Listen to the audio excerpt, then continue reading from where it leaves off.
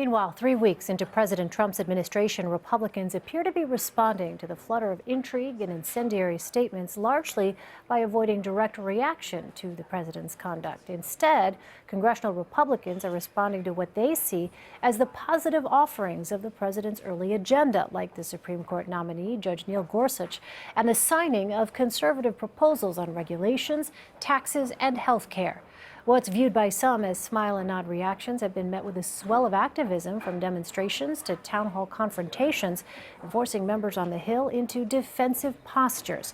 Jonathan Chait is a writer for New York Magazine. He's also the author of the new book, Audacity: How Barack Obama Defied His Critics and Created a Legacy That Will Prevail. And he joins me now. Jonathan, I'd like to get to your book in a minute, but first, how do you see Republicans on Capitol Hill dealing with the president's style of doing things? What's the level of concern among members?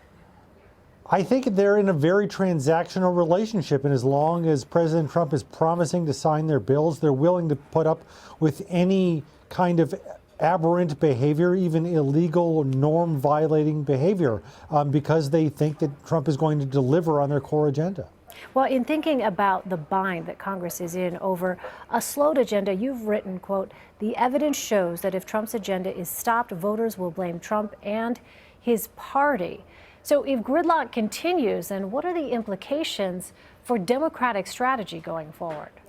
Well, it's very much in the Democratic Party's interest for there to be gridlock, because I think all the evidence we have shows that voters will not blame Democrats for creating gridlock. They'll blame Republicans. That was the key insight that Mitch McConnell and the Republican leadership came up with under Obama, that there were no costs to the opposition for producing gridlock. So if the Democrats want to think about their strategy, they just want to oppose everything if they're just thinking in terms of what's going to help them win the next elections.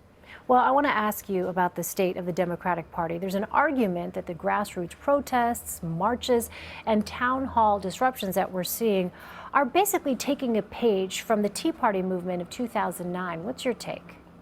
There's definitely a lot of similarities structurally in that you have an opposition party whose activists are very upset about the changes that they see happening to the country, who are demonstrating their engagement, their interest in wanting to be involved in the elections. I would hope, for the sake of the Democrats and for the sake of the country, that they don't take the country in an unhealthy direction, which I think the Tea Party really did with the Republican Party.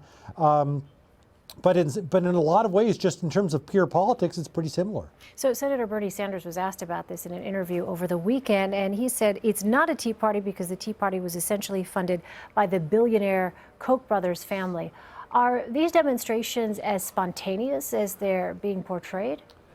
I think they're spontaneous. I think a lot of Tea Party demonstrations were spontaneous too. It's true that conservatives got involved in the movement and provided a lot of infrastructure, a lot of organization, a lot of funding, a lot of publicity on Fox News. But look, the sentiment was there. The sentiment was there on the right in 2009, and the sentiment is there on the left in 2017. Well, in a piece Monday for New York Magazine, you laid out the reasons a conservative scholar says Trump is a managerial genius. You call his analysis vague. So what do you think is behind the president's method of operating? Vague might have been the nicest term I used in that entire piece. It was a hilariously ineffectual argument to try to make the case for Trump's managerial style, and I sort of went through it line by line. But it was attempt by a conservative by a conservative scholar to argue that Trump's strange, unpredictable tweeting, his untrue statements, keeping everybody guessing, was some kind of masterful plan on Trump's part. I think most Republicans in Washington, even within the Trump administration, are aware that this is not an effective managerial style. And I hope that they're aware of how dangerous this could be when it comes to managing a real crisis, which not only could fall in this administration's lap, but could be created by its behavior. I want to turn to your new book on former President Obama's legacy. In it, you make the case that former President Obama succeeded. Now, some people would say, well, that's a relative thing, the idea of success. Yeah. How did you come to that conclusion? Well, let me put it this way. If you don't agree with the ideas that he was trying to advance. If you don't agree with his goals, you're not going to like what he did. But I don't really think it's relative. I think it's fairly clear. And I think I make the case it's clear that he made a lot of change. He changed policies dramatically, and he accomplished what he set out to do. Again, you may not like what he set out to do. You may not like having the government take responsibility for covering people and bringing down the cost of green energy at the expense of fossil fuels. You may not like the government regulations and interventions that prevented the Great Recession or the regulations on Wall Street, but these are very big changes. So I try to make the case that this presidency did a lot, and somehow we failed to see how important and how big these changes were. Well, you write that Barack Obama's presidency was a vision and incarnation of an American future. Why do you think that President Obama's accomplishments will endure, especially at a time when you have now in the White House someone who has explicitly stated the goal is to reverse those very things that President Obama tried to accomplish? That's what he's stating, but saying it and doing it are two very different things.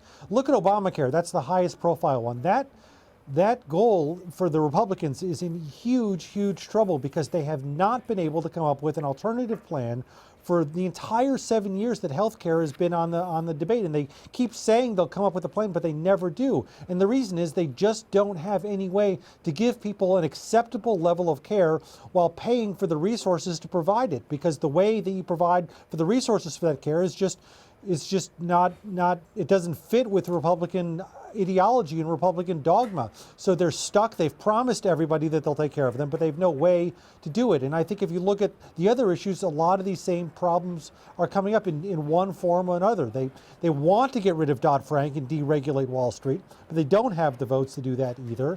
They want to eliminate all the changes that Obama did on the environment, but it's not economical to do that anymore. Wind and solar and electric cars are all so much cheaper. They're a fraction of the cost of what they were in 2009 after the green energy subsidies helped bring those industries to life. So they're not going to roll the clock back on those things all the way either. So again, they've talked a big game about erasing Obama's legacy, but the case I make in this book is that it's going to be much harder for them to do it than everybody thinks. All right, we'll continue to watch it. Jonathan Chait, author of the new book, Audacity, How Barack Obama Defied His Critics and Created a Legacy That Will Prevail.